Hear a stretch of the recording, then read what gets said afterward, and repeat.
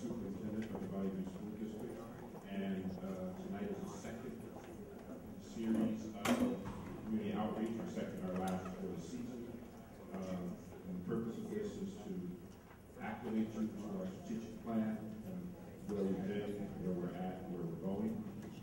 This is going to be very interactive, but just for my own sake, I'd like to see how many community members and parents that we have. Just raise your hand.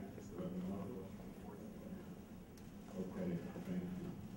I believe tonight will be taped, correct, and posted on the website. So please tell all your friends to go on the website to see this. If you're interested in the work that the Valley do. I tend to pontificate, talk a lot, so I have to go down what I'm going to say for the introduction, so that we can get you in and out of the manufacturing. So good evening, and welcome to the Community Forum, put on by the Valley View School District 365 New Administration. These community forums designed to share important information with the public and solicit feedback from you concerning our level of engagement with our stakeholders. I started my tenure as a superintendent for the Valley View School District. I started it with one thing in mind, really one thing in mind only. And that one thing was to do everything within my power to partner with the staff and community to make Valley View the absolute best district possible as measured by the outcomes of your children and your charge with educating them. In order to do this, changes would have to be made to shape the very foundation of a system that has been in place for more than a century. Did not enter into this prospect blind. I knew that these types of changes proposed and implemented would be met with heavy resistance both within and outside the system.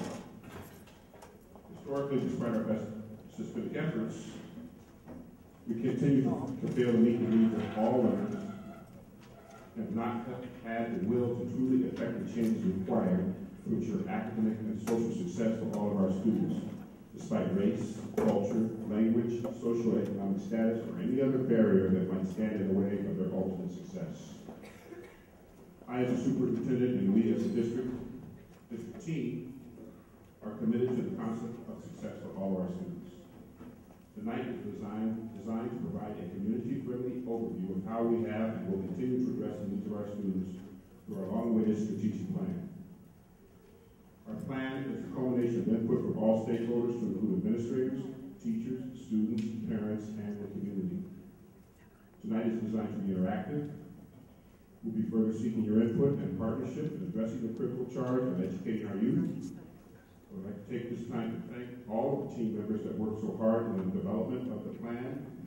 The special thanks goes out to Mrs. Kelly Gilbert, standing right there. Our Director of Data and Assessment, as well as Dr. Sharon McNeely. Where's Dr. McNeely? Standing back there, who is a district consultant. The work they have done in support of this initiative has been invaluable. I hope you find tonight enjoyable and informative, and I thank you for your attendance. At this time, I will turn it over to our Assistant Superintendent for quick instruction. This is Rachel Kinder.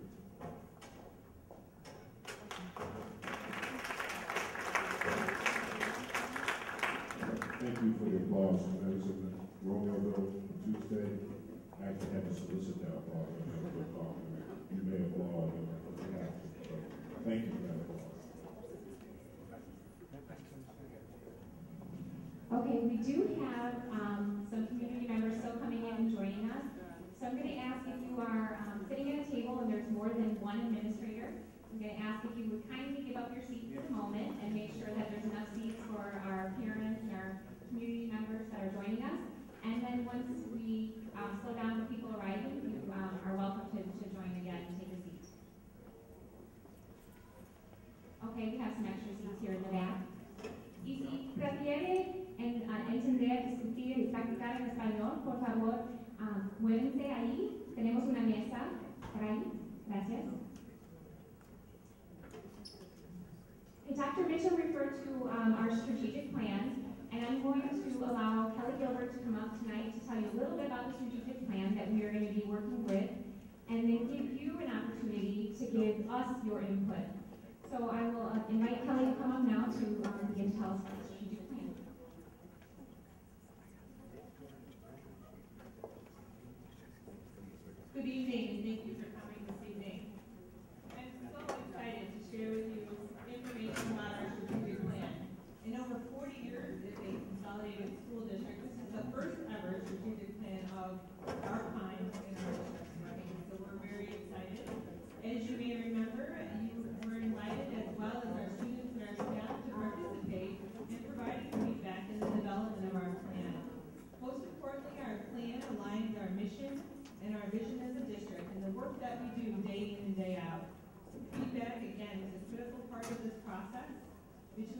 community forums last year, again this fall, from staff surveys, community surveys, as well as staff meeting input. We were able to collect all of that information and move forward into the development of this plan. Each year we'll be providing updates to all of our stakeholders, most importantly our community, as well as our students and our staff about the development of our plan. All of the work over the past year has led to the culmination of a plan that is divided into 4 areas. The 4 areas include student learning opportunities that connect to our community, teaching and learning, staff support and development, and policies, procedures, finances, and facilities. Tonight you're going to hear about each of those sections, and you're going to hear about the work that has already begun within each of those sections and our plan to continue work over the next 3 to 5 years with respect to our strategic plan. As feedback was a critical part of the development of our plan, we're going to continue to engage in feedback opportunities this evening. You see some great devices on your table, and you're going to actually get to use them momentarily. I'm going to ask Mr. Don Tufano, our Director of Technology, to begin sharing that with you at this time. Before Mr. Tufano comes to the microphone, there are 2 people here that I'd like to introduce. They're 2 of our board members. One seated at the table with the white and blue sweater on, Mrs. Debbie Sikora. And in the back, the gray blazers, a handsome young man. Back there, Mr. Dan Felice. There are 2 newest board members and partners in our endeavor to ensure that we become the best district that we possibly can. So thank you for being here, board members.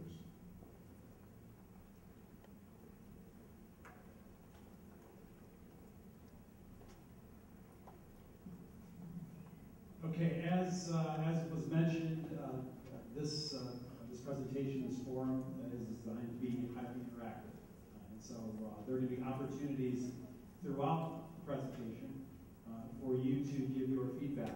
And we have a couple of different methods in which to do that.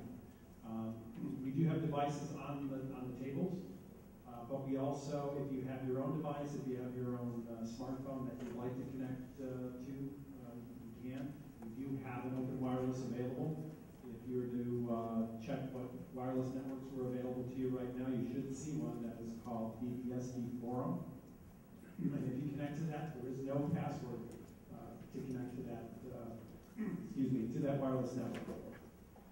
One of the resources that we're going to be using is a free online resource called Socrative. Socrative is an interactive survey tool. And just to the left of the main presentation screen is where you will see the results of some of the survey polling that we do show up. So as you interact with the resource at the table, and that's available via the iPads that we have at the table, your feedback will show up in real time from the audience. The other resource that we have, and it's being shown on the screen to the right, is called Today's Meet. Today's Meet is a kind of an open chat discussion area, or what's called a back channel. And this, you can put in real-time feedback. The way we're going to utilize the Today's Meet this evening is that on the Chromebooks that we have at the table, we'll have somebody from Valley View kind of using those and taking some general feedback from the table, so they'll kind of act as a reporter for the table. And then as you're giving your feedback, that feedback will be showing up on the screen to the right. At the tables, as I said, we do have some Apple iPads and some Google Chromebooks. These are some new evaluation technologies that we've started utilizing within the district. We started putting them out in our classrooms. We are evaluating their interoperability with our school networks, and we're getting feedback from staff and students on the utilization of these devices. So we're going to start off with a survey question, and this would be using the iPads and the Socrative tool. The first survey question should come up as, I am attending this meeting as.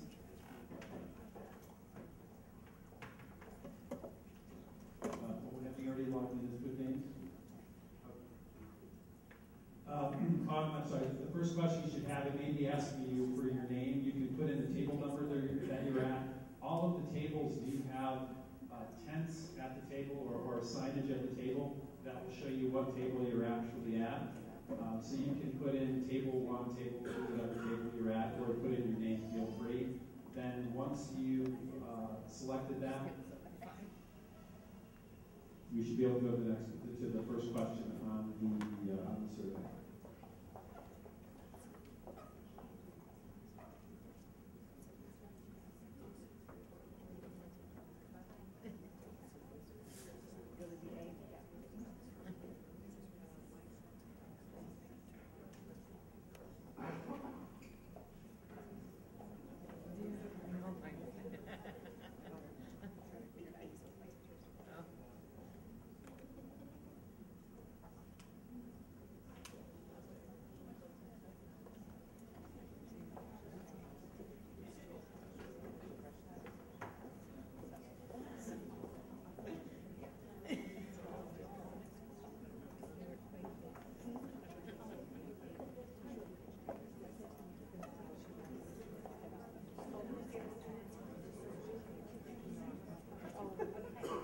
Okay, so now we're ready to start the actual Socrative feedback.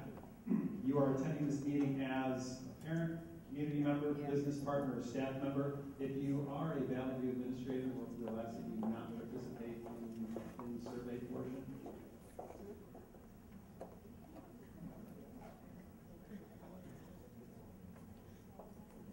Okay, so we can see that right now we have a lot of parents attending. And we do have a business partner and some other community members as well.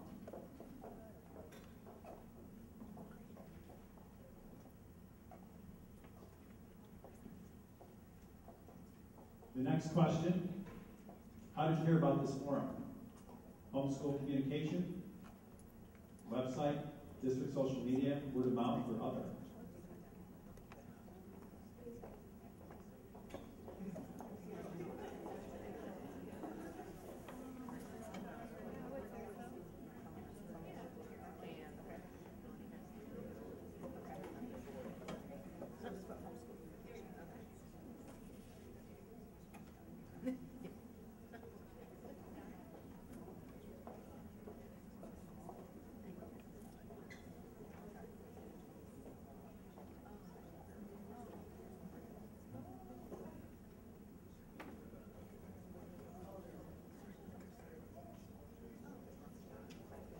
Okay, so it looks like homeschool communication, and actually I think we're very happy to see that the district social media is actually outperforming our website. That's a really good information for us as a district, and I'm sure that our community relations person, Larry Randall, will be very happy to see that as well. Well, that's the first part of it. I'm going to turn it back over to Assistant Superintendent Kinder. Thank you again for attending.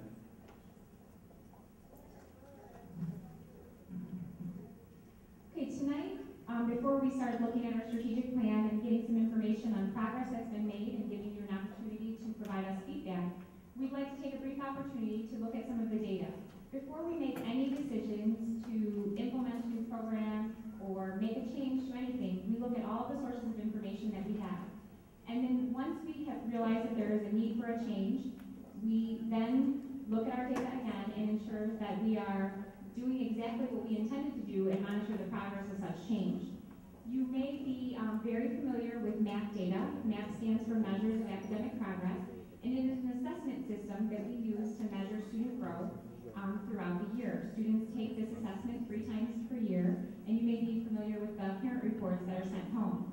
Tonight we're going to share some academic data with you that we use, that we receive from MAP, and it is very encouraging. It is very positive data, and it definitely shows that we are moving in the right direction.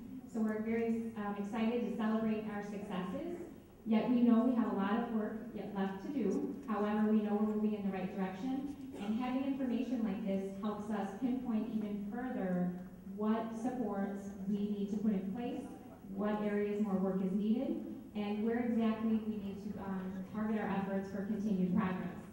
Tonight, I'm going to have Kelly Gilbert, our Director of Data and Assessment, share some highlights of data with you on the academic side. We look at data on all sides, academic, behavioral, social, emotional, and data just isn't numbers, it's not just a test. It can be anecdotal notes, meaning notes a teacher takes in the classroom. It can be observation. It can be from multiple sources. So tonight we're going to look at one in particular, and that's math data. We're going to look at our all-day kindergarten, our academic growth in the areas of reading and math, as well as the growth that we've seen from our middle school enhancement program, and our student progress in reading and math as well.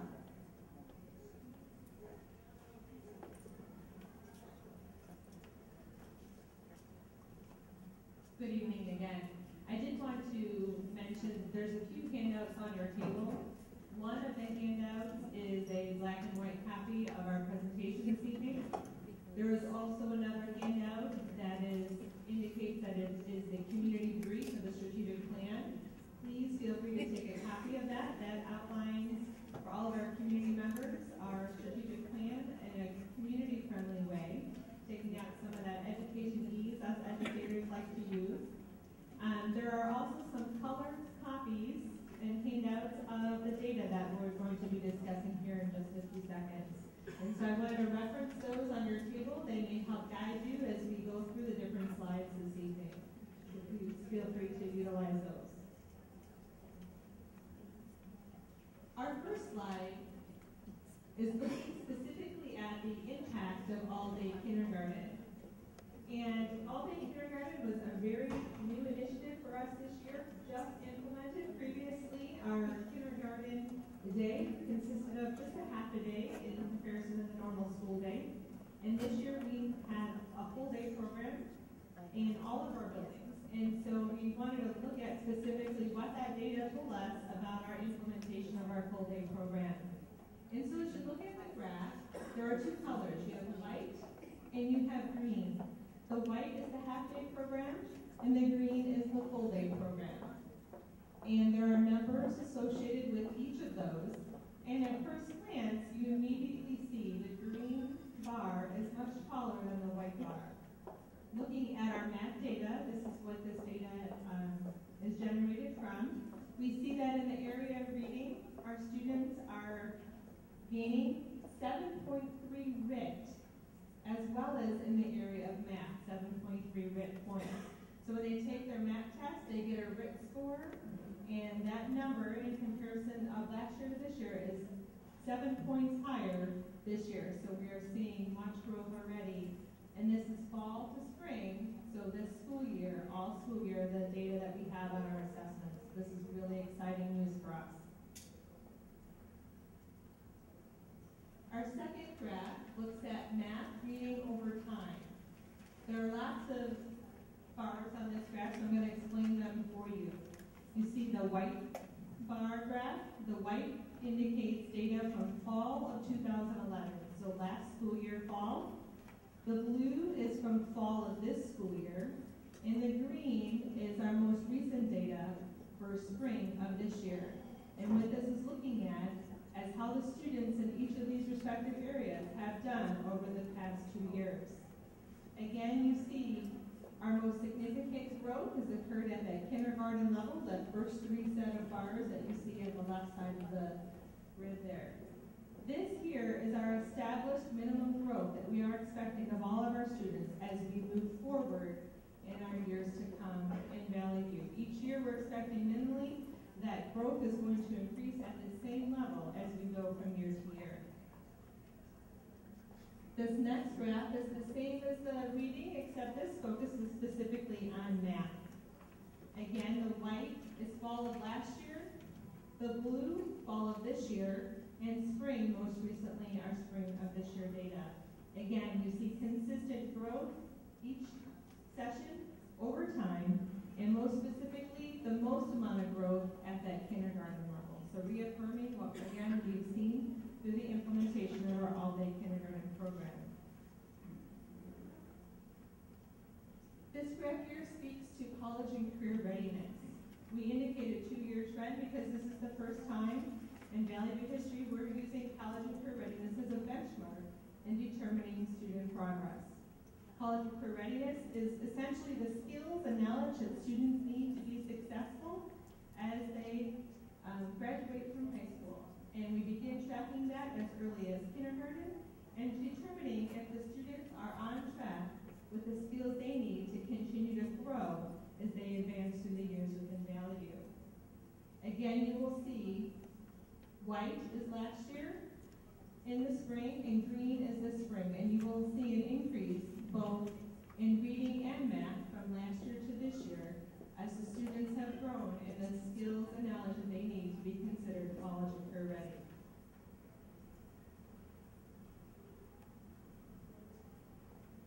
This next slide is personally one of my favorite slides to share. It speaks specifically to the impact of our enhancement class. Enhancement was a new class brought to our middle school this year in grades 6, 7th, and 8th.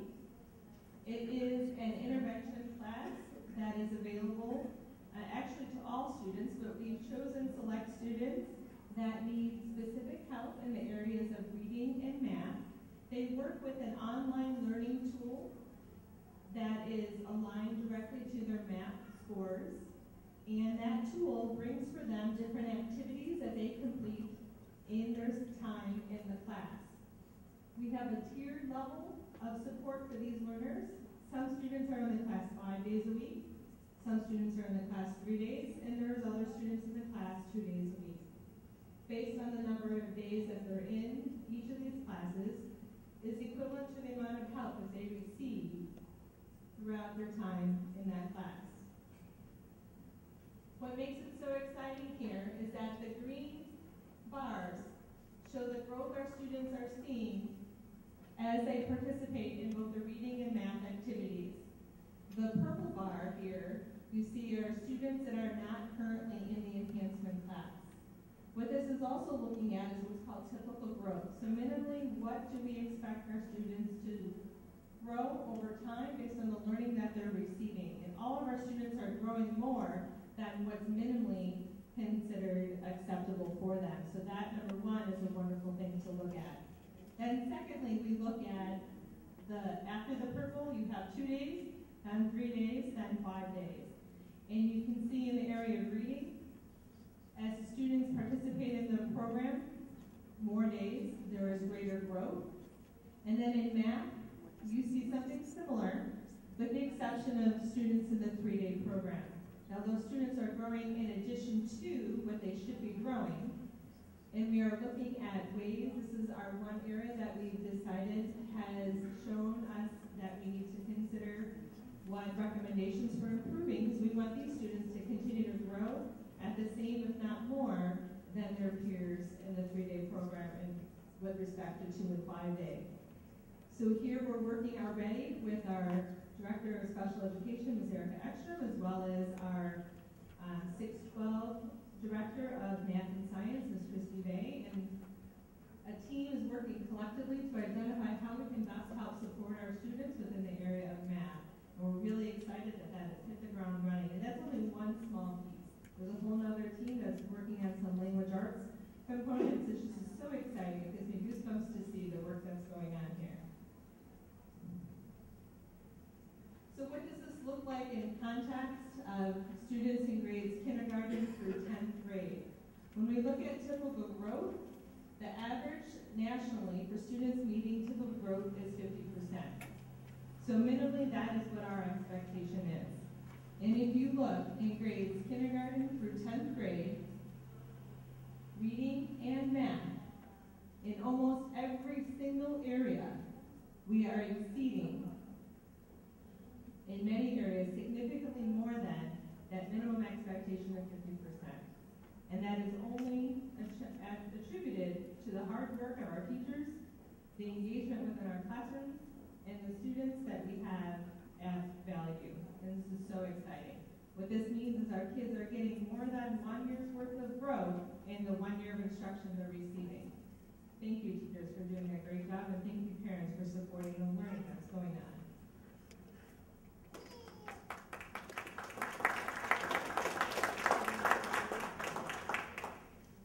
So here I'm going to turn it over to Ms. Kinder. Here on the right, you will be able to see the comments that your fellow community members are sharing with one another at their table. The two questions that I want you, the one question that I would like you to discuss is what stands out from the data that was shared, and then are there any questions that you have surrounding this data? Is there further information you'd like to see? Is there something you don't understand?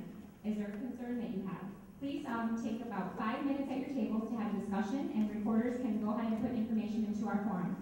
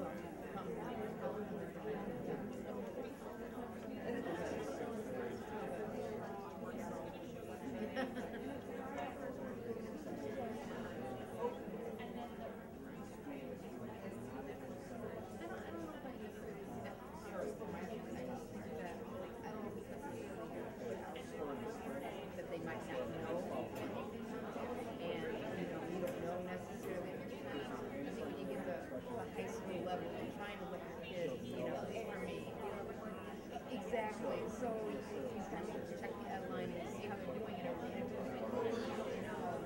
but then if I hear like, oh, we don't play being tested, or we're not reading this, or like we're reading this now, and it's just kind of the point. Not the point, but I mean, I have inside meaning when they're not saying that they're reading a story, they're taking a test, discussing what the plot is,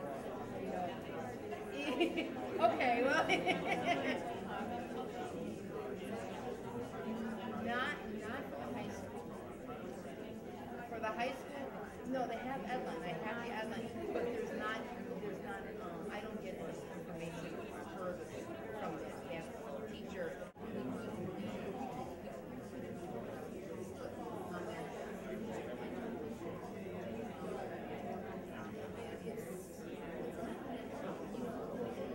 Good or negative.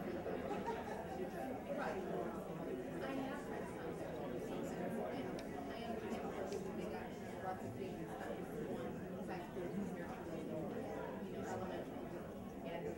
And yeah, whatever, but I mean, and I know they should do it. So I think that they need to be a little more from my perspective. Yeah, exactly.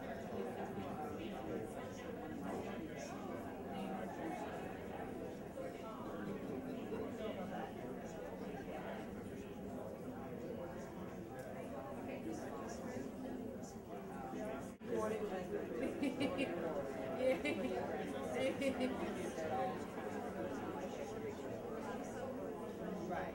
I do get the automated thing. The only thing I can say about the automated thing, like, we've got one today, and it doesn't specify when you get kids at multiple school, you're like, okay, what school are we talking about? That's the first. Right. An explanation, but there will be follow-up to the forum comments and questions that are asked. We're looking at some different avenues of what that will look like so that we can get responses to each of the questions that have been raised and address the questions that are there.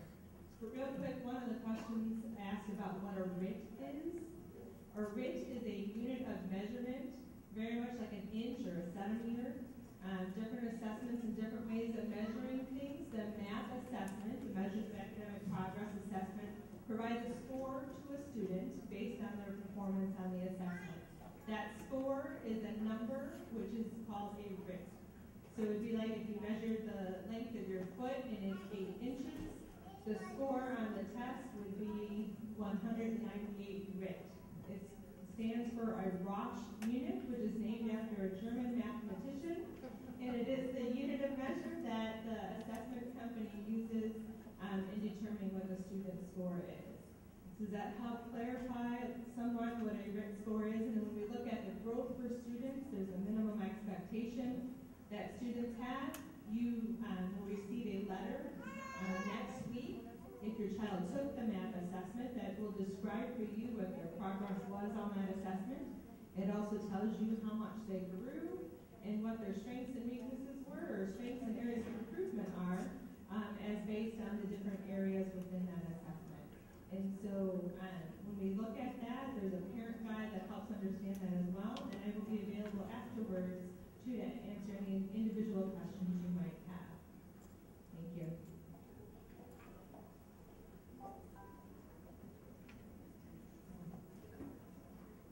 Okay, Kelly referred to the strategic plan brief that you have on the table in front of you, and you're welcome to take a copy of that. And if you would like to take notes on it or highlight any key words, you may do so. That is your copy. It is also available on our website, bbsd.org. There are highlighters and pens in the boxes in the middle of the table. And what I would ask you to do is take a look at the first section of the strategic plan, student learning opportunities that connect to the community. If you see any words that are repeated a lot or seem important or jump off the page at you, please go ahead and make a mark at those words or highlight them. And I've done the same here on the slide that is in front of you. Dorletta Payton is our College and Career Readiness partner that is working with us. She was not able to be here this evening, so I'm going to just share some brief information from this portion of the presentation. When you take a look at the body of text that's in front of you, student learning opportunities that connect to the community, you see some words that are very important here. Number 1, students. Number 2, comprehensive support. We recognize that ensuring that our students are ready for life after high school just isn't about putting more difficult text in front of them or challenging them with harder work. We know that's one piece of the puzzle. They need to be challenged in academics, but they need to be supported academically, behaviorally, and socially and emotionally. When we talk about college and career readiness, you hear that term a lot, and I saw one comment come back up on the forum that said it's daunting to hear that a primary student is not college and career ready. Oh no, we are not making that determination that a primary level student is not college and career ready. What we're saying is that a student has not met a certain benchmark. And at that point, we have plenty of time to make up and get that student on the right track, give that student extra support. However, if we don't check our data and see what our data is telling us at that point, that issue could continue, and that student can get farther and farther behind as they go along. So when we talk about college and career readiness, we're just looking at benchmarks along the way so that we don't find out at the last minute, oops, you're not ready. But you're 12th grader and it's too late, so good luck. So we start checking as early as kindergarten, and we look at those academic benchmarks so that we can do everything we possibly can to make sure that that student is on the right track. And for many students who are slightly below the benchmark or have just certain areas that they need to work on, it is well within our reach to ensure that they are on track. College and career readiness just isn't about academics. Like I said, it's that comprehensive support, and it's really about gathering all the resources we can and working with our community to ensure that our students are supported. We are spending a lot of effort building relationships and partnerships with our community. Tammy Kahn, our Director of Career and Technical Education, is a master at that, and she's new to us this year, but she's helping us very much grow in that area to ensure that we're building partnerships with businesses, with our universities, and with all of our community partners to ensure that our students are best supported. The body of text that is under that introductory paragraph gives you a little bit more in-depth detail about what this is all about, or what this section of the strategic plan is all about. And again, you'll see some words here. I'm not going to read them all to you, but achieving college and career readiness, excelling academically, partnerships with stakeholders. You'll see the word rigor. We need to ensure that our students are meeting high standards, interactive learning opportunities for all stakeholders, and we need to continually seek your engagement and your feedback and your input as we move through this process to assess all of our programs. And that's why we're here this evening. And we would like to get feedback from you how we can continue to partner along the way. And if you have a concern or a question, we most definitely welcome you to come and talk to us. A few of the things that are going on in this area is developing a comprehensive plan that is supportive of our diverse community. One of our greatest assets and value is the diverse community that we serve. And while we recognize that this is an asset, we also recognize that different types of support are needed to ensure that all members of our community, learning community, are supported. We're working with our staff, and we're developing a plan to further support our staff and how they can best support the students in their classrooms, the students that they support in their buildings. We're increasing our efforts to reach out to our community, to partner with our parents, and including having our communications in multiple languages, Spanish and other languages, to ensure that there are no barriers to communication for engaging you in your child's education here in Valley View. Like I mentioned earlier, we're building partnerships with our community partners, and we are starting that as early as our elementary years. So yes, you will hear of partnerships of our elementaries in this very day with universities, with businesses, and that is where it needs to start, so that our students are well aware, eyes wide open as they go through their schooling years, what their options are as they graduate and go on to life after high school. And I mentioned earlier again, the communication and the seeking input from our stakeholders is of critical importance to us. We're going to turn back to the Socrative tool, so you can access that on your handheld device or on the iPad that's at the table. The website's at the bottom, msocrative.com. You can enter our forum, and we'll send you the next question. We want to know, I have a clear understanding of what college and career readiness means.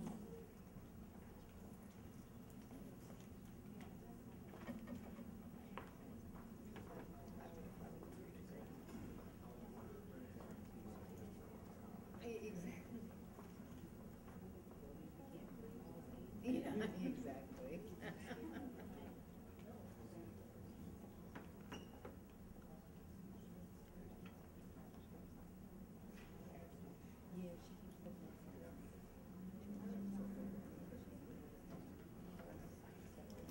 We see the majority, or we're tied right now, for strongly agree and agree. And there are some people that are with us tonight that say, no, I don't agree with that. I disagree. I need more more information. So as we continue to plan our forums, it is our responsibility to ensure that we give you a clear picture for every step along the way. What does college and career readiness mean? I am aware of partnerships with the school and community. How do you feel about that statement?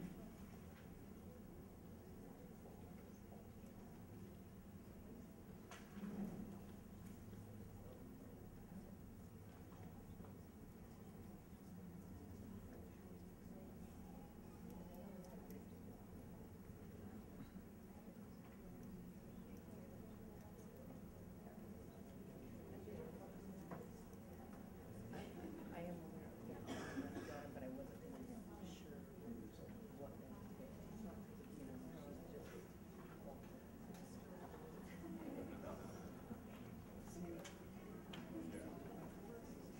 I was just. The majority of people in attendance right now disagree with that statement. And so what that lets us know is we need to do a better job of informing you what those partnerships are and engaging you in those partnerships. So you can be assured that that's going to be one area of focus going forward. I am aware of opportunities at my school to provide input on programs and services. This is very important to us. We'd like to know how you feel about that statement.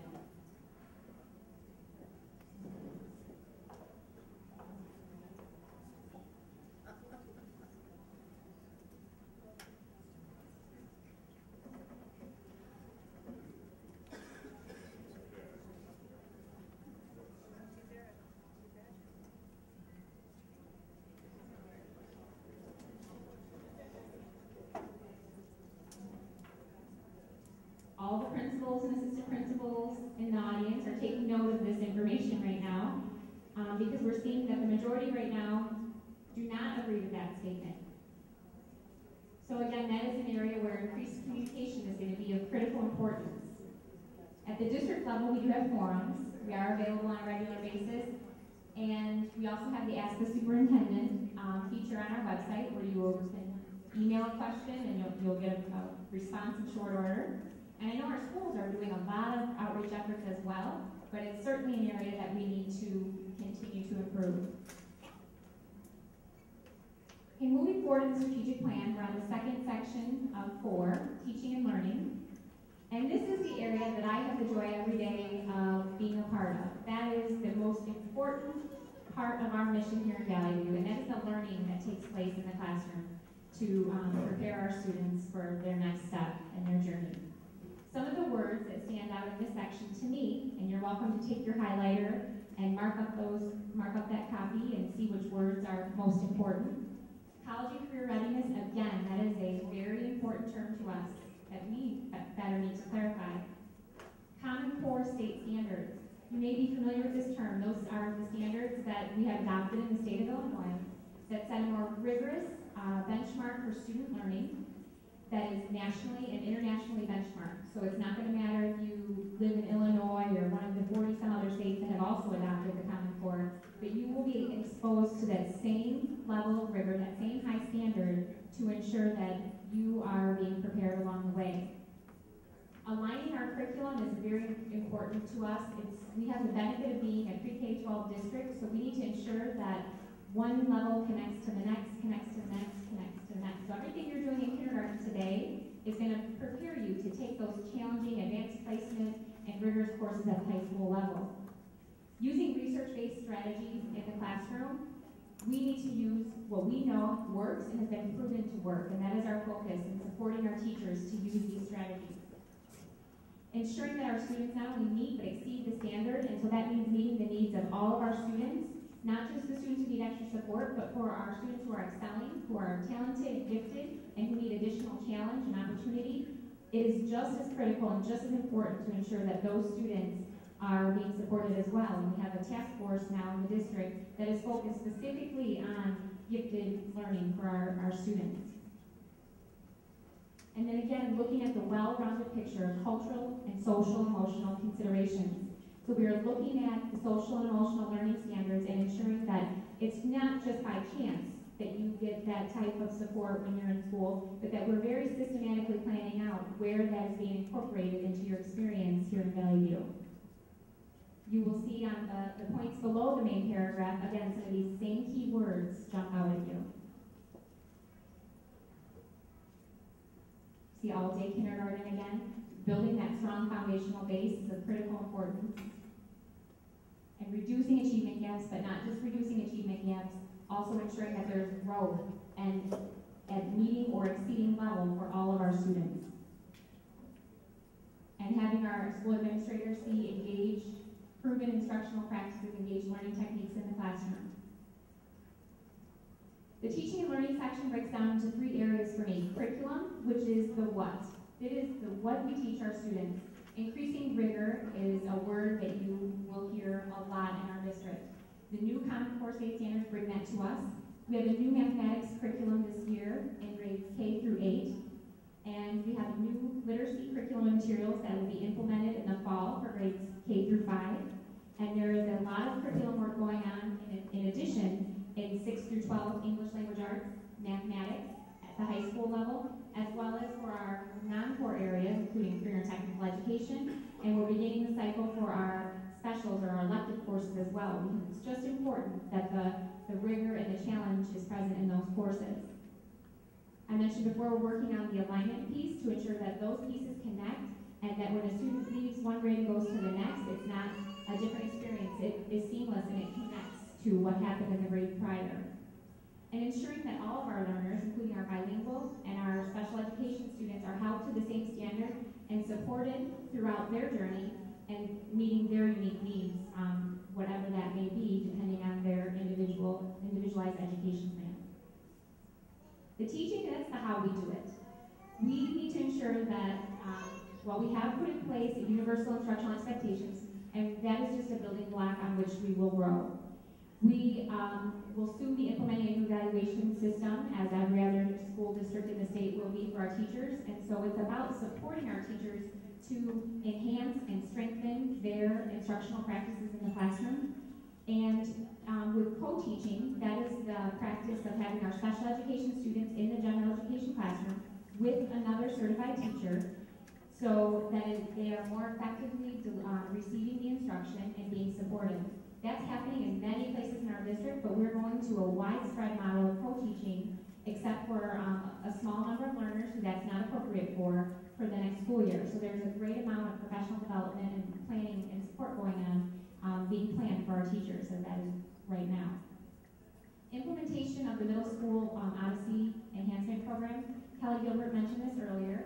And again, this is a support that provides additional practice and instruction on top of what is already happening on a daily basis in the classroom. So there's a lot going on in the regular classroom every day. This is on top so that we can make up for some of that lost time, close gaps, so that when our students get to the end of their career value, that they are prepared. We also have proposed the implementation of an online learning tool for the high school. And this is not just for intervention and providing additional support, but it's also for acceleration and enriched learning opportunities, to offer different options for independent study, credit recovery or credit advancement, for summer school, for taking advanced placement courses that we don't already offer. And so we're looking at 21st century learning tools to ensure that our students have options and they are not limited in the scope of what they can select from in Valley View. And finally, assessment. You'll hear the word data and assessment a lot, but it is critical that we ensure that everything we're doing in the classroom on a regular basis is impacting our students. And if it's not, we take that information and we respond to it. So we don't just wait until the end of the unit or the end of the semester or the end of the year and say, oh, it wasn't working, have to try something better next time. We can respond to that information that we have in that moment to do something about it and meet our students' needs. So the assessment that happens at the classroom level is of greatest importance. That's the thing that has the greatest impact on learning. The other things that you hear about, like math, those are just checks for us along the way so that we can ensure that our students are progressing the way that we expect them to, or they're exceeding our expectations.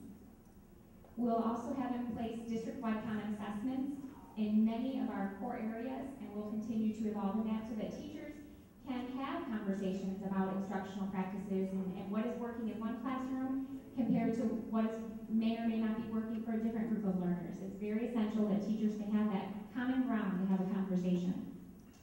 And then another thing, if you are an elementary parent, a primary elementary parent, you will be soon learning about a new standards-based report card for our students in kindergarten through 3rd grade. And this report card has been designed with a lot of input from our academic committee, board members, community members, staff, to ensure that it is aligned with the new standards, but that the communication is improved, so it's usable for you as a parent at home. You know which areas your student is excelling in or which areas your student may need additional work on at home.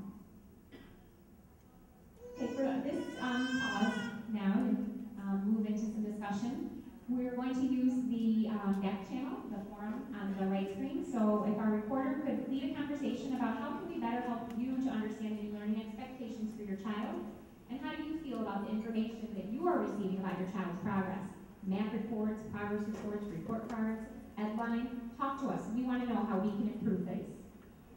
We will take 5 minutes to discuss. Please go ahead and share some comments, reporter.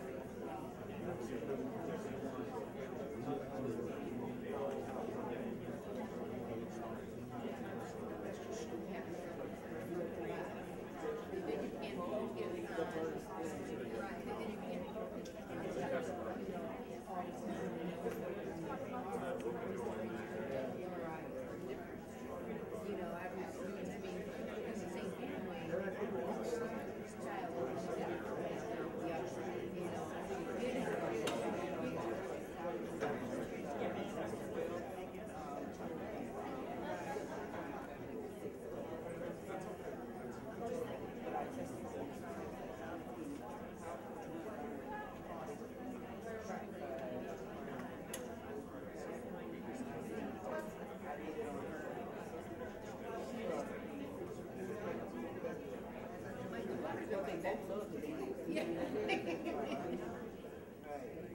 My two daughters, I have two daughters, give her anything she can in fifth grade. She had her write a 5-page paper, and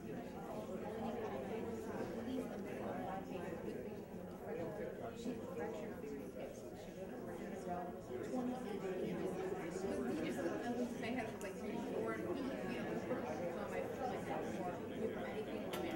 She could draw numbers and get it. So it's like, it's above my level right now.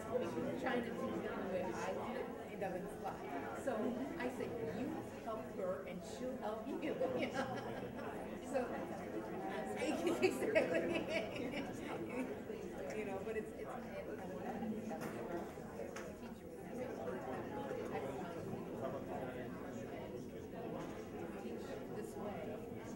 putting down here, putting here, trying to get them to learn. Not saying that they can't learn it, but they're learning it different ways of understanding. They don't understand how to learn. Yeah. That was because I volunteered at the school. And I saw my Yes. Right. reading,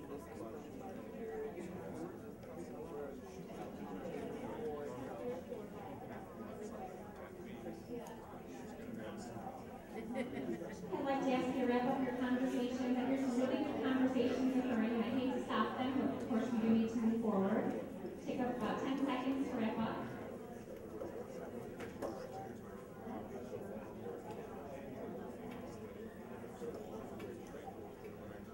I agree with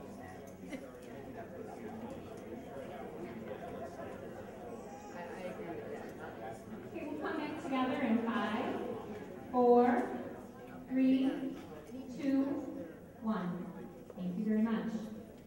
In talking about all this teaching and learning, there is a great level of support that technology provides us, and you see some of the technology tools in front of you this evening. But I'd like to allow the opportunity for Don Tufano, Director of Technology, Instructional Technology, and Astrid Welch, Director of Technology, to share some information with you about the advancements that our district is making to be ahead of the game in terms of technology and learning for our students.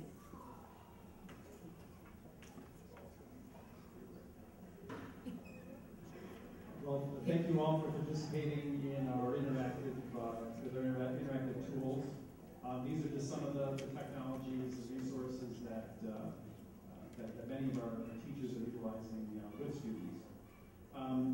As Assistant Superintendent Kinder had mentioned prior, she spoke about what we teach as a district and how we teach it.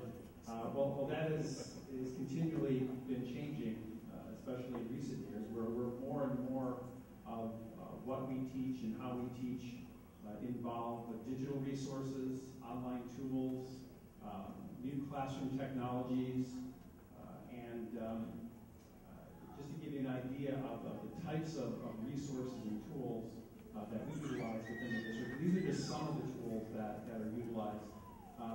Various curricular systems. As I mentioned, more and more our content is moving online. It allows for a more engaging experience for students, as does many of the tools that students are utilizing within the classroom, and the lessons that teachers are giving within the classroom are more and more interactive, and again, it adds to that level of engagement. These systems and tools that have been implemented, they're tools that are utilized to support increased rigor, proven instructional practices, and engaged learning techniques. And as you've had an opportunity to use some of those tools and some of these resources, we hope that even this experience, you can get an idea of the increased level of engagement of utilizing such types of resources within our classrooms as well. In addition to the what and how we teach, Assistant Superintendent Kinder also talked about data. And data, the collection of data and the analysis of data requires data systems. And we as a district have a number of systems in place that allow us to turn our data into information for district level administrators, building level administrators, classroom teachers, and some of the assessment, some of these assessment and student progress monitoring systems are listed here. The information that these systems provide, they provide information that is utilized daily for the purpose of supporting continuous improvement, student progress monitoring, assessment development, and program evaluation. But all of these systems and devices that we utilize, obviously they also require a level of infrastructure and management of the devices. There's a lot that goes on behind the scenes in order to make all of this happen, make all of these devices that you're utilizing connect wirelessly, and to make sure that those devices are ready when needed for student use. And to talk a little bit more about that is going to be Astrid Welch, our Director of Technology.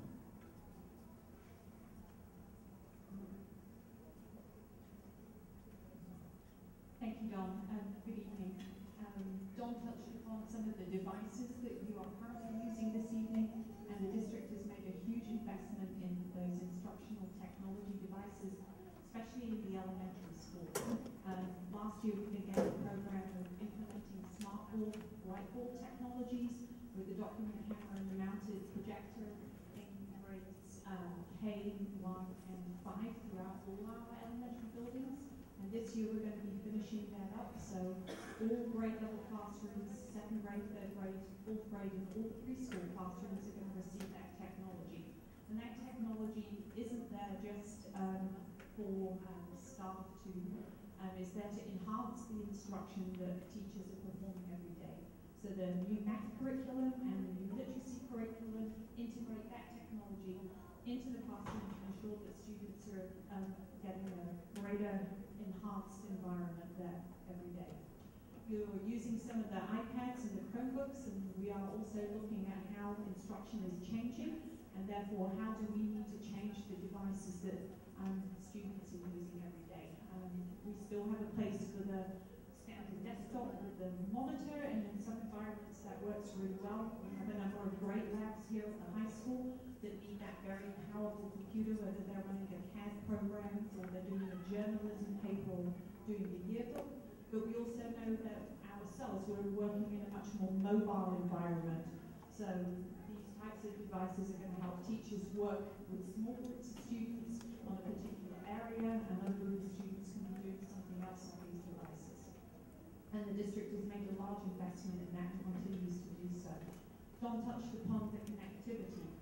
Well, in order for these devices to be useful, we need to ensure that we have access to the internet. Both of these two tools that we're using are free, but we need to be able to connect them. So the district is going to be upgrading the wireless infrastructure this coming year, starting in September, so that we are able to support more and more devices and the speeds with which we're able to connect to faster. You've probably seen the big tower here at Bolingbroke High School. Well, that was also part of a big upgrade that the Board of Education and Senior Administration approved for the technology department to move forward in. And that has allowed us to increase our capacity by 10-fold. So that means that students were able to have more devices that work much quicker and able to get students to reach those resources that are available on the internet or participate in online forums like this. So those things are very much at the forefront of what we're trying to do here in Bethel. of you, and at some point we then can start having conversations about maybe students bringing their own devices in. So those are the types of conversations that we at the Ann Center and in collaboration with the principals and administration in the buildings are talking about. And then lastly, we're very fortunate that we have a great team of individuals that support the devices and the teacher in the classroom every single day, and some of those are here this evening. We have and Bob Tito, who work directly with the teachers within their classrooms to ensure that they are feeling comfortable and familiar with utilizing those tools with their students. And then we also have a great team of individuals that provide the support with the devices. Brian Langston, Joyce Katempo, a couple of our team members. I'd also like to thank our colleagues in the facilities department who are working this evening with us, because they're the ones that pull the cables and ensure the electricity is there for us to power up the devices. I'd like to hand it over to Sharon Holtz, who's the Executive Director of the Human Resources, who's going to continue the conversation on our staff, Richard Vital here, and Elizabeth Martinez on professional development. Thank you.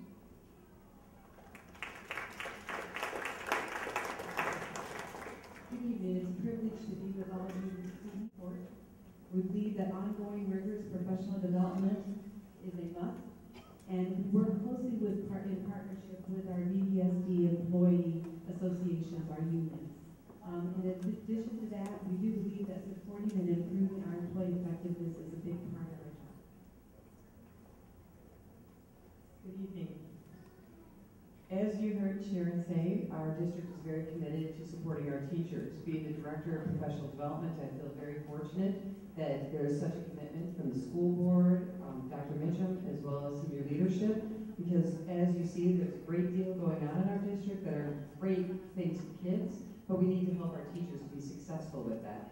So as you can see from our strategic plan, we utilize data to determine what we need to support the teachers with.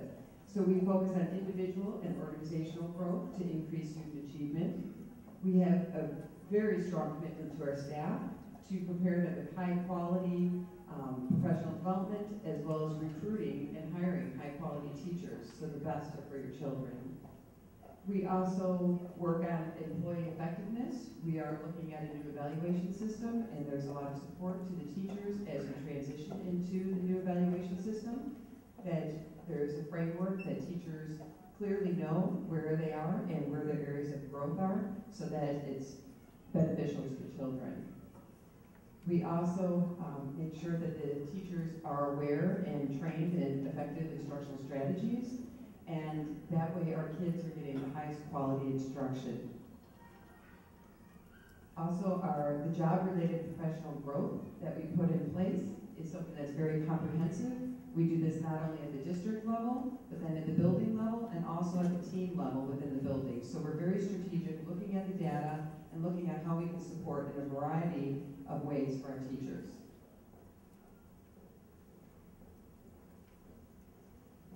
So we're going to talk a little bit about staff support and development and what we're doing currently and what we are planning to do.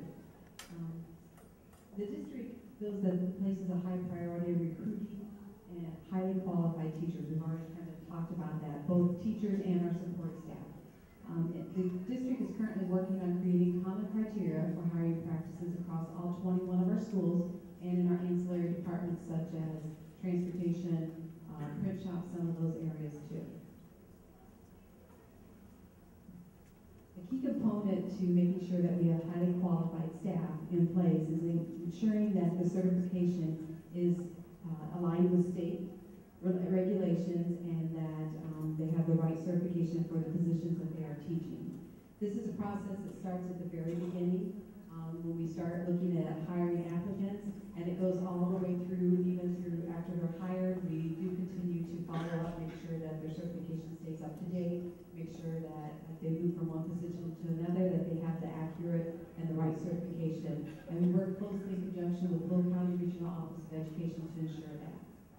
Once the recruiting and hiring process is complete, we continue to believe that we need to provide ongoing support and professional development for our staff. We believe that that is really, really important. And a district team has created a comprehensive plan to implement the requirements of the newly legislated evaluation system. 2015-16, Valley View will need to implement that program and that evaluation system that includes student growth into the evaluation system. It also reflects and uses Charlotte Danielson, the model for evaluating. There's two phases that we have to this plan. The first one includes or starts with building capacity within our administrators so that they can support our instructional staff. They can provide quality feedback during the evaluations to help our staff grow and improve. The second phase of this plan provides professional development to our instructional staff.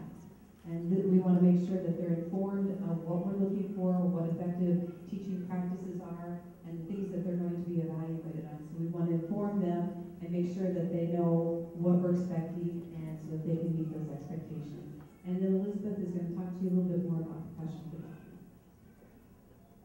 Thank you, Sharon. As I stated before, we strategically design our professional development looking at student data, and all administrators in the district have a commitment for that. They focus on curriculum supports and effective instructional strategies, as well as new teacher support, and also we support our administrators so they have the capacity to really set the teachers up for success as they are moving through the plan within the buildings.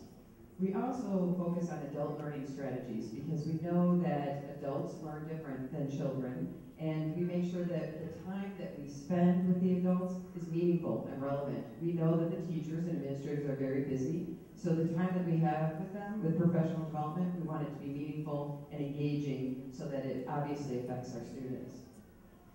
Bottom line is that it's our goal to set our staff up for success using the best instructional strategies so that our kids are successful. So thank you for your commitment to your children, our district, and our partnership is very important. At this time, I would like to introduce Mr. Gary Brazapi, the Assistant Superintendent of Administrative Services. Periodically, we may see questions that we want to answer in real time, and most of these we will get answers to you via our website. Some I'd like to dispel because when I see some that are not quite active, I'd like to rectify that in real time. And one is, how are you going to address the downsizing of teachers and how that will affect the students directly? I do want you to know that we have not downsized our staff. In no way have we downsized our staff. What we have done is made programmatic changes that have required us to change staff from one certification possibly to another. So when we implemented the Odyssey program, it required us to eliminate some positions while creating other positions. In fact, today we have an increase in our staff as a result of all-day kindergarten, and we need to hire 26 more teachers. We restructured our special education department to be more inclusive in terms of co-teaching, so we had to hire more teachers for that as well. We structured our reading program, which means we have to hire more reading teachers as well. So it looks like we are balancing our staff. We may be losing personnel in one area, but gaining personnel in another area. I want to reemphasize that all of these moves are based on our data, our information, and what our local data and research and meta-analysis indicates what works. So we are not here to downsize our staff. We're not trying to save money at the expense of our students or our teachers or our class sizes. We simply are making programmatic changes that require us to adjust our staff, but not necessarily downsize. So I just wanted to clarify that for the person who had that question. We in fact do have equal, if not more, teachers now than we had in previous years.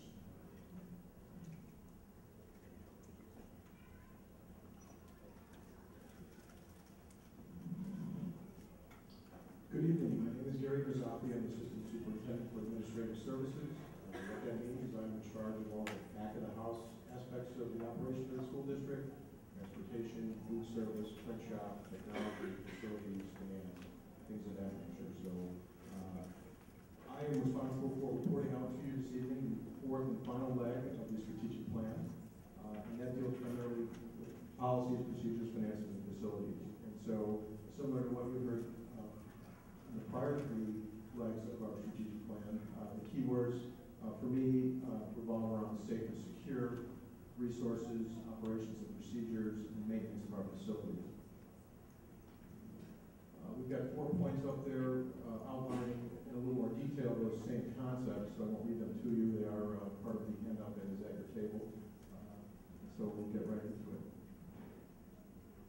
In preparation for this evening, my goal really was to look at some of the concepts from a very high-level perspective for most of the community members here that most likely have not attended board meetings at the Ad Center ever. And so I think this information that I have this evening is very important, giving you a general idea of what we're dealing with from a financial perspective, from a facility perspective, and most importantly, really, I guess, is the security aspects of the school district.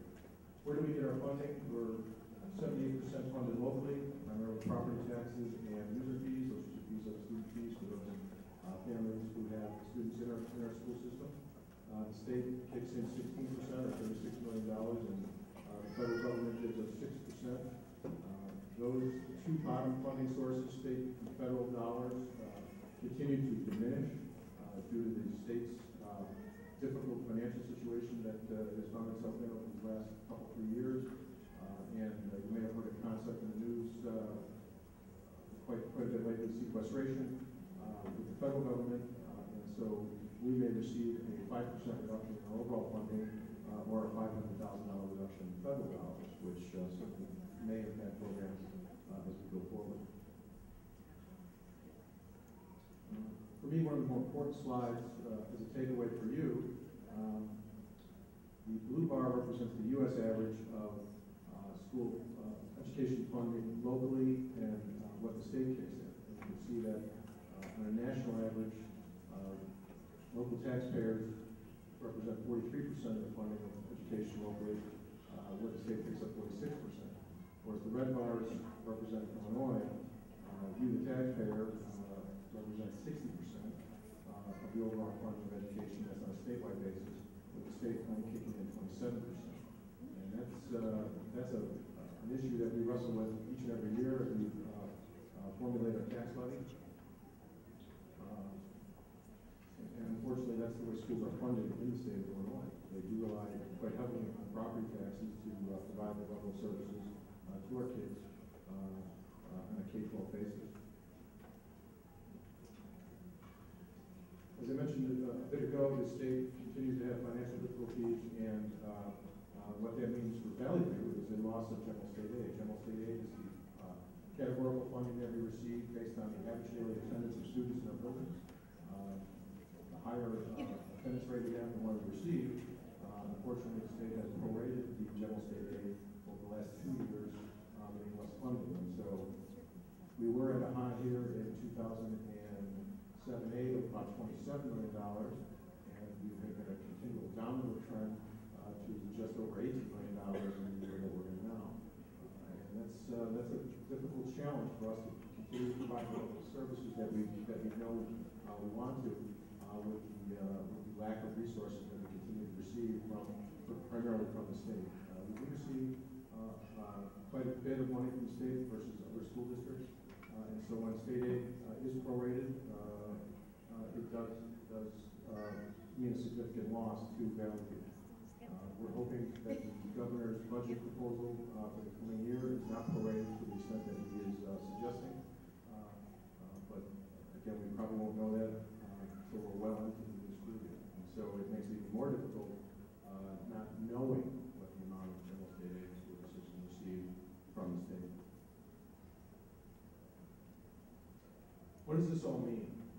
In 2002, the district had, in its savings account, if you will, about $63 million. And lo and behold, in 2013, we have about the same amount of money.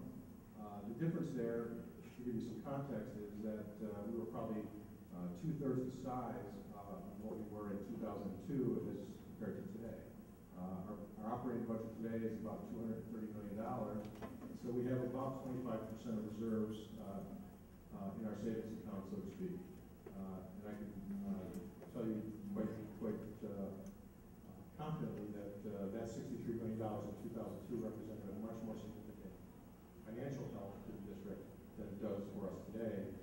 that same balance.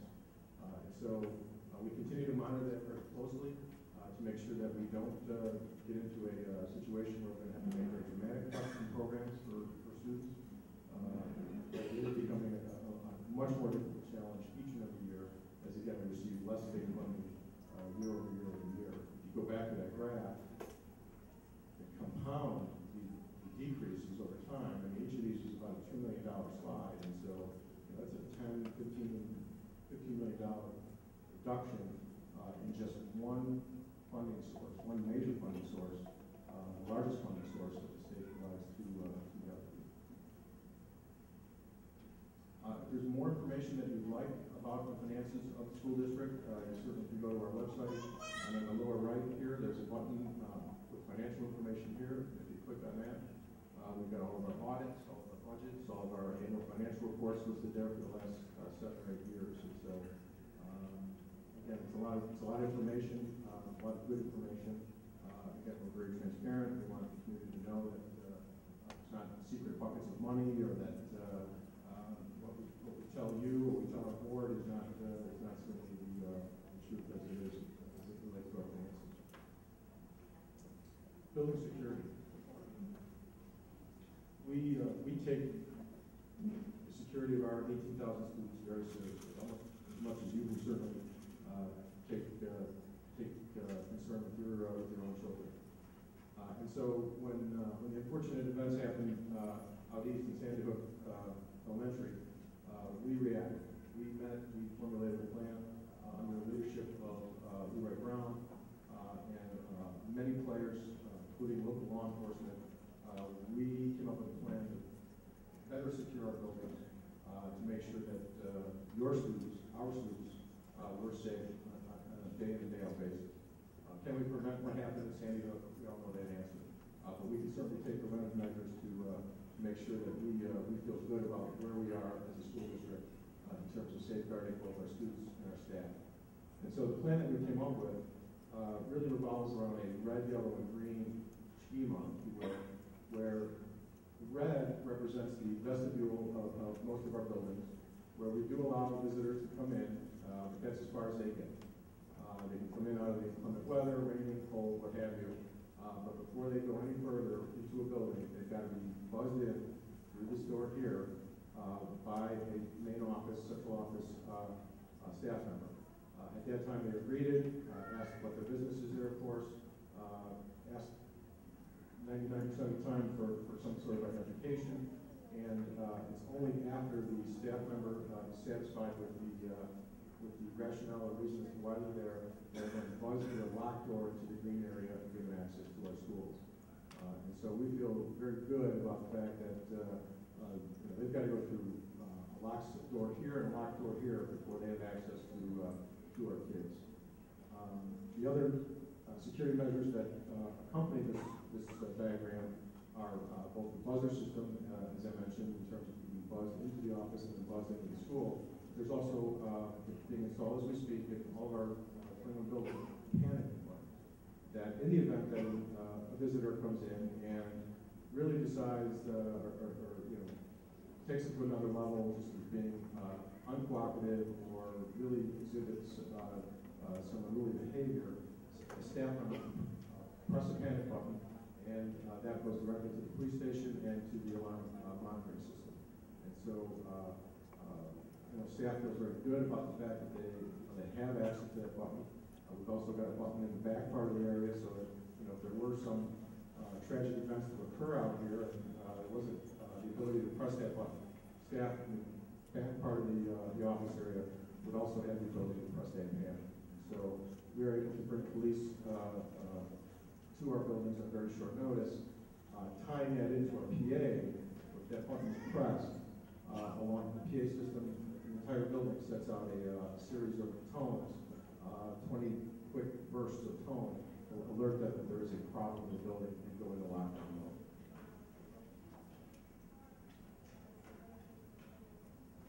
We've got several other aspects of the district security plan. What I reviewed just a second ago is really the nuts and bolts, if you will, of what it is we wanted to accomplish coming out of that tragedy. the intruder lock system where all of the classroom doors can be locked from the inside and kind of lockdown. That's something that the district has undertaken over the last 10 years. We are just finalizing. We've got about 3 or 4% of our doors that don't have intruder lock systems. So we feel real good about the fact that we're not having to go back and revisit that entire setup in terms of our intruder lock system. As I mentioned, number 3 there, security buzzers and panics. Nothing really more to say there.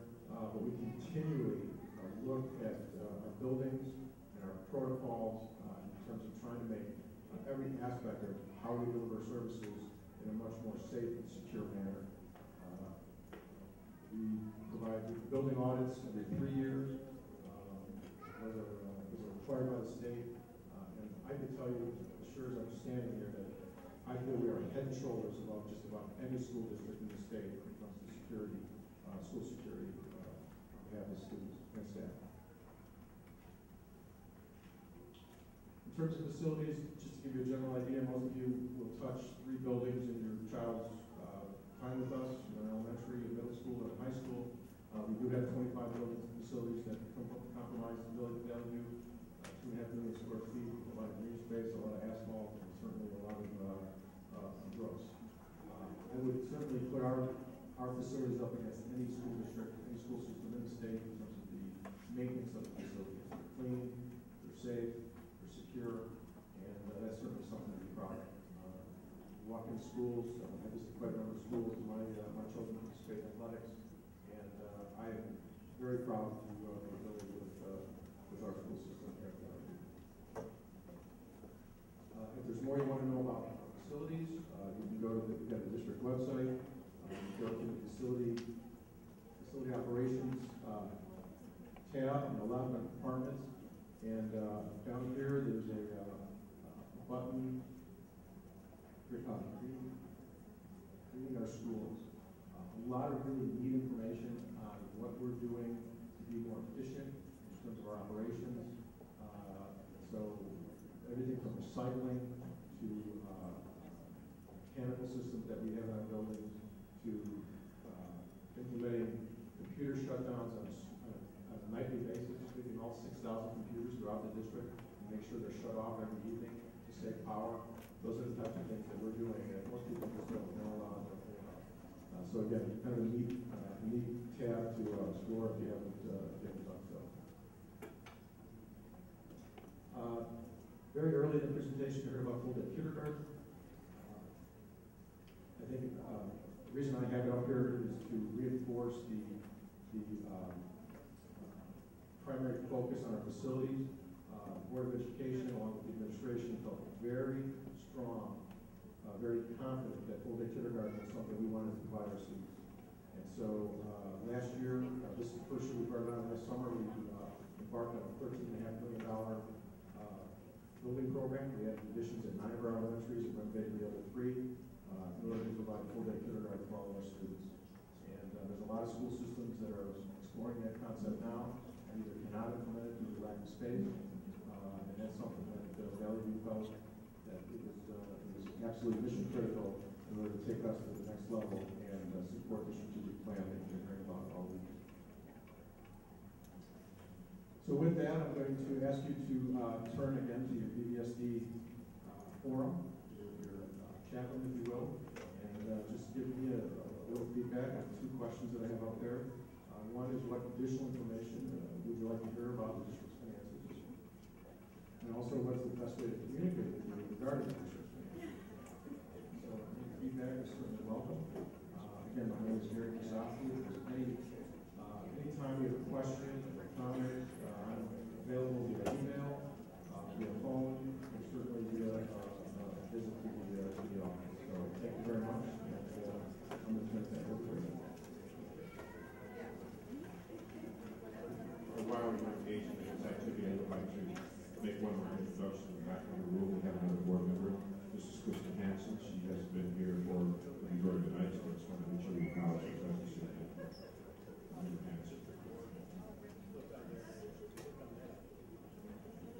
Oh, and there's another board member, Rick Gugis, member Gugis back there as well. Thank you, Rick Gugis, for showing up as well. So we got 4 7 here. one thing I've learned is I always have to be able to count to 4.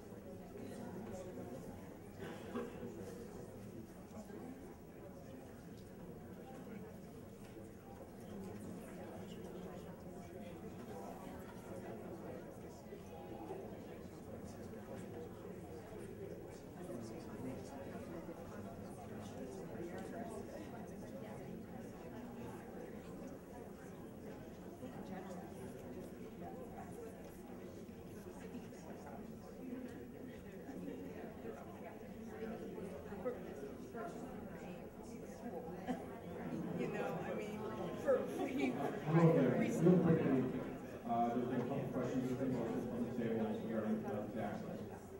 And so I'd like to speak to that. Obviously, you saw some of the financial information that's been presented.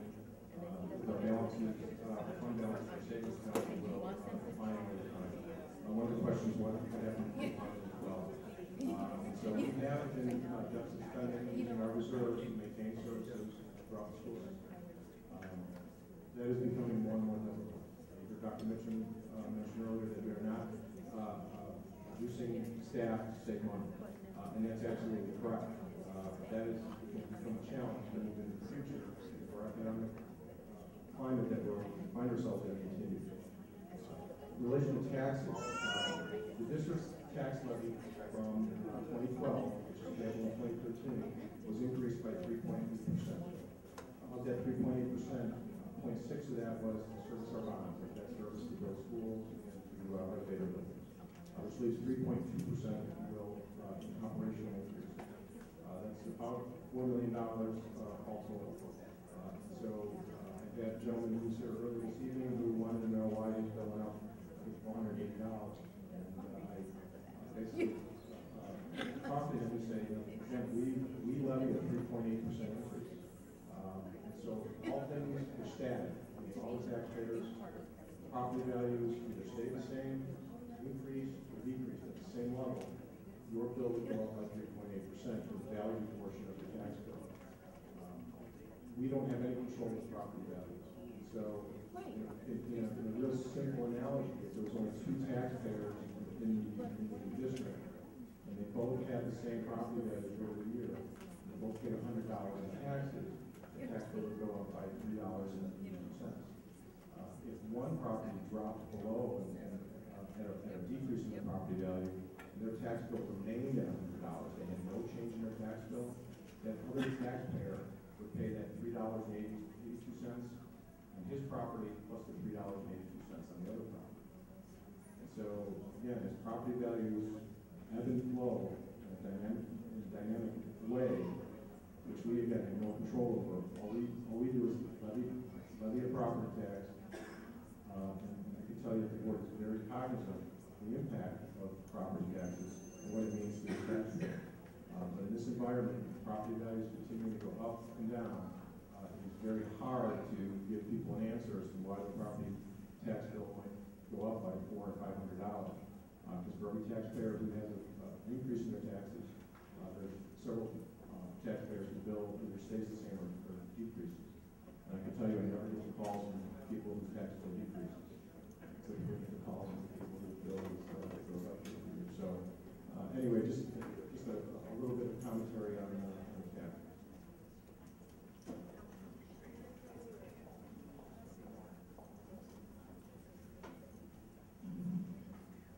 Okay, if you have additional comments regarding finances or safety, policies or procedures, you can definitely add those to the forum where the comments are adding. In wrapping up this evening, I do want to remind you that we are taking note of all the feedback that you're giving us, and that's going to help us, A, respond to your questions, and so we will go through this feedback and pull out those questions that were asked and provide answers to those that will be available on our website. This presentation will also be available on the website. Most importantly, the information that you're giving us tonight is going to help us plan future communications, such as community forums or newsletters or resources that are available on the website, so that we can respond to some of the requests that you have. Many of the requests we are aware of and we are working on. Others we are definitely taking note of so we can be responsive. The forums, as we move into next year, we definitely want to move into more of an active learning. I really would love to see parents and families and community members coming in, getting to experience and get their hands on materials or getting to really engage in what it is our students are being exposed to and what is expected of them. So we really want to take a new approach as we move into the next school year. I invite you to give us some closing feedback on the Socrative website. You can do this on your handheld device or on the iPads at the table. The first question we would like to ask you is, how would you rate the use of technology throughout tonight's community forum?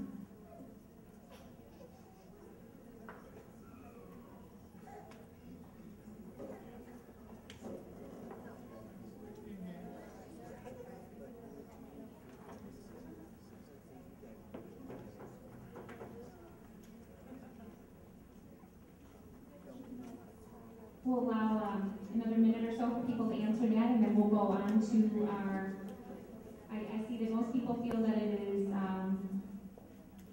pretty a positive experience. We have a couple individuals who did not find that to be the case, and so we're definitely interested in your feedback.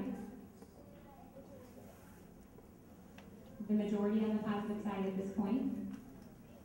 And as soon as the next question is sent to you, we invite you to share any remaining comments or questions before your departure that you have this evening about any topic. If you have a question that you don't want to leave without an answer to tonight, we invite you to stay and speak with us, to any one of these individuals that's standing up around the room or the staff members that are sitting at your table. And if we can't get you the answer, we most certainly will follow up with you and get you the answer. A few other notes I'd like to mention. The strategic plan that you have in front of you is a community brief. It's a very short version of our strategic plan. The strategic plan in its entirety will soon be available on the website. So if you're wanting more information and you feel that, well, this just looks like kind of a brief little summary, this is all you got, we have a lot more depth and detail and explanation as to the steps that we are taking and will take to achieve these goals. So we invite you to reach out and explore that information as well. There is a flyer on your table this evening that informs you about an e-newsletter that you can get. You can sign up with your email address by emailing Larry Randa, our Director of Community Relations, or Larry, where you at? If you wanted to write your email down on this piece of paper and give it to Larry, he'd be happy to take it and add you to the list. It's a quick, brief email you could receive on a weekly basis just to let you know what's going on in Valley View. In closing, as you enter your final comments, I'd like to turn it over to Dr. Mitchum to close out the evening. Thank you very much for your time, your attention, and your willingness to engage with us. And we are very happy to partner with you in our continued growth in Valley View. Thank you.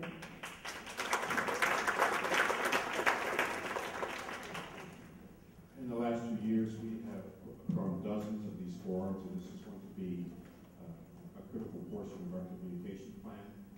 Next year, we will begin forums anew, and we will continue to have these forums in the sense of being a part of the community so that we can share ideas and get your feedback on the direction of this district. I've been a part of this district since 1980. I took a brief hiatus from 95 to 99, but my first love is Valley View School District. I take umbrage when I hear people cast aspersions on our district as they compare it to surrounding districts such as Naperville, Downers Grove, or Woodbridge, or Lockport, or any other district. Our charge here and our goal is to ensure that despite our demographics, despite our socioeconomic status, despite our beliefs, despite the children we serve, despite our community, that we can achieve at the level of any community surrounding us. And how much greater would we be than they if we are able to achieve the same results that they achieve with such a heterogeneous environment, with black people, white people, poor people, Hispanic people, people with English as a second language. We are a melting pot, which makes me very proud to be a part of Bolingbrook and the Romeoville community. And again, our goal is to ensure that when our children leave our system, all of them are equally prepared for their post-secondary life as those children who are more affluent or as those children who have greater supports. We, as a school district, have taken on the responsibility to ensure that when our children do not have the supports of having a functional family or a mother and a father or the resources to get extra help, that we accept responsibility for them to be that resource. We want to have an excuseless education system so that no matter where the child comes from or what the child's needs are, we will address them. And we will do everything within our power to ensure that by the time the children leave our system, they are prepared. And this is just one thing in which to attempt to do that. Your feedback is critical. Our mission is daunting, but we have the passion and the will and the love for our children to ensure that that happens. And so we thank you for being here tonight, and we look forward to seeing you in the future.